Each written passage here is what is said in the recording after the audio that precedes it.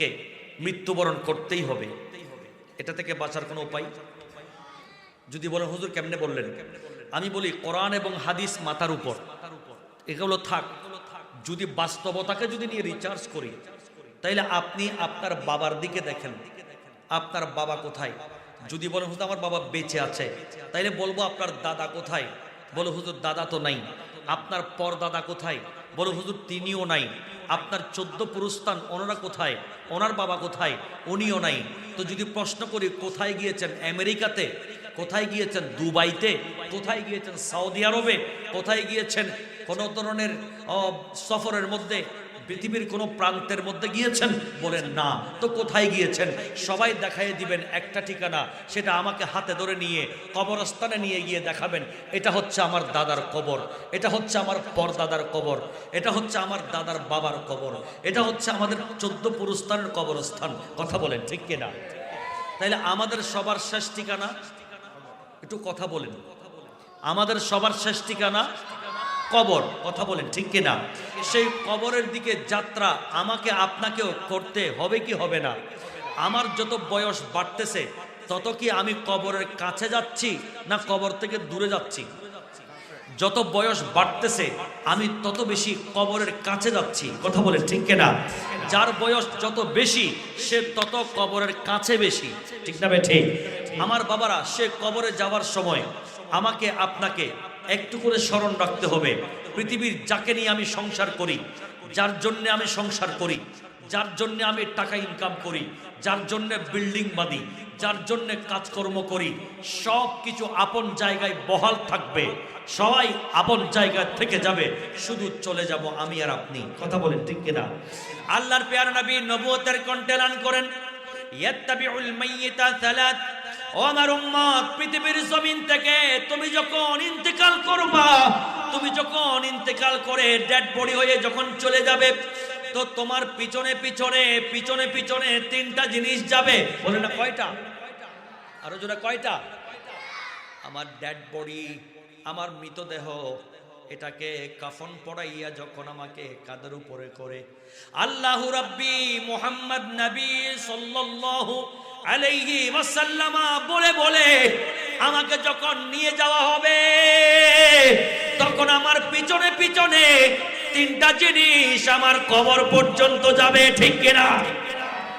বুখারী শরীফ 26তম পারা করলে দেখবেন একেবারে লাস্ট হাদিস 26 পারাতে দেখলাম এই হাদিস আবার তাকরার হয়েছে, রিপিট হয়েছে, রিপ্লাই হয়েছে।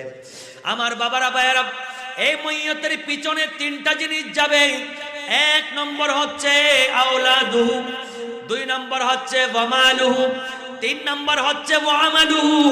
তার আওলাদ, তার সম্পদ, তার আমলগুলো, এই 3টা জিনিস কবর পর্যন্ত সাথে সাথে যাবে। কথা বলেন ঠিক কিনা? আমার বাবারা ভাইয়েরা, ওই কবর পর্যন্ত 3টা জিনিস যাবে। আমার নবী বলেন ওয়ায়ারজিউ ইসনান ওয়ায়াবকা মাহু ওয়াহিদুন। আল্লাহর পেয়ারা নবী নবুয়তের কণ্ঠে এলান করে দিলেন, বুখারী শরীফের হাদিসের ভিতরে আছে, আমার নবী বলেন, ও আমার উম্মত, পৃথিবীর জমিনের মানুষ, তোমার সন্তান, তোমার ফ্রেন্ড, তোমার সমাজী তোমার পিছনে পিছনে যাবে, তোমার ধন, তোমার দৌলত তোমার পিছনে পিছনে যাবে, তোমার আমল, তোমার নামাজ, তোমার হজ, যাকাত, মসজিদে দান করেছো, গোলজারে মদিনা মাদ্রাসায় দান করেছো, মাহফিলে মিলাদুন নবীতে এসেছো, আমার নবীকে সালাম দিয়েছো, আমার নবীর উপরে দরুদ পড়েছো, এগুলো তোমার পিছনে পিছনে যাবে। উম্মত রে শোনো, তোমাকে কবরের ভিতরে দাফন করে সবাই কিন্তু তোমার সাথে থাকবে না। তোমাকে কবরের ভিতরে রেখে, তোমাকে রেখে 2টা জিনিস চলে আসবে, শুধুমাত্র একটা জিনিস তোমার সাথে কবরের ভিতরে থেকে যাবে। ঠিক কিনা? আমার বাবারা, আল্লাহর নবী বলেন, ও আমার উম্মত, তোমাকে কবরের ভিতরে দাফন করার পরে 2টা জিনিস ওয়াপস চলে আসবে। কয়টা? একটু আমার সাথে কথা বলেন, কয়টা? 2টা চলে আসবে। আপনাকে আমাকে কবরের ভিতরে রেখে 2টা জিনিস চলে আসবে, শুধু একটা জিনিস সাথে থাকবে। তা এখন নবীকে জিজ্ঞেস করা হলো, ইয়া রাসূলুল্লাহ, যে 2টা জিনিস চলে আসবে আমার কবরের পাশ থেকে, ওই 2টা জিনিস কি? যে জিনিসটা আমার সাথে থাকবে কবরের ভিতরে, ওই জিনিসটা কি? আল্লাহর নবী নবুয়তের কন্টেনান করে দিলেন, উম্মত তোমাকে কবরের ভিতরে দাফন করে তোমাকে রেখে চলে আসবে দুইটা জিনিস। এক নম্বর হচ্ছে তোমার সন্তান, তোমার আওলাদ, তোমার আত্মীয়, তোমার বন্ধু বান্ধব, তোমার প্রতিবেশী যারা জানাজা পড়েছে ওরা কিন্তু তোমাকে দাফন করে সবাই চলে আসবে, ঠিক কিনা? এ পর্যন্ত বাবার সাথে কোন সন্তান কি কবরে গেছে? কথা বলেন। বাবার সাথে কোন সন্তান কবরে গেছে? মায়ের সাথে কোন মেয়ে কোন সন্তান কবরে গেছে? স্বামীর সাথে কোন স্ত্রী কবরে গিয়েছে? স্ত্রীর সাথে কোন স্বামী কবরে গিয়েছে? যায় নাই। বুঝা গেল দুনিয়ার মায়া মমতা যতক্ষণ নিঃশ্বাস আপ ডাউন করবে ততক্ষণ মায়া, যতক্ষণ পকেটে টাকা থাকবে শরীরে শক্তি থাকবে ততক্ষণ মায়া। আপনার শরীরে শক্তি নাই, পকেটে টাকা নাই, আপনার সাথে মায়া মমতার কানেকশনটা কমে যাবে। সর্বশেষ যখন আপনার নিঃশ্বাস আপ ডাউন করে ততক্ষণ আপনাকে বাবা ডাকবে, আপনাকে স্বামী ডাকবে, আপনাকে ভাই ডাকবে। যখন আপনার আমার নিঃশ্বাসটা বন্ধ হয়ে যাবে তখন থেকে আমার সাথে সমস্ত সম্পর্ক ক্যান্সেল হয়ে যাবে। আমাকে আর বাবাও ডাকবে না, স্বামী ডাকবে না, ভাই ডাকবে না, বলবে এটা লাশ, এটা মইয়ত, এটা মইয়ত, এটা লাশ, এটা ডেড বডি। কথা বলেন ঠিক কিনা?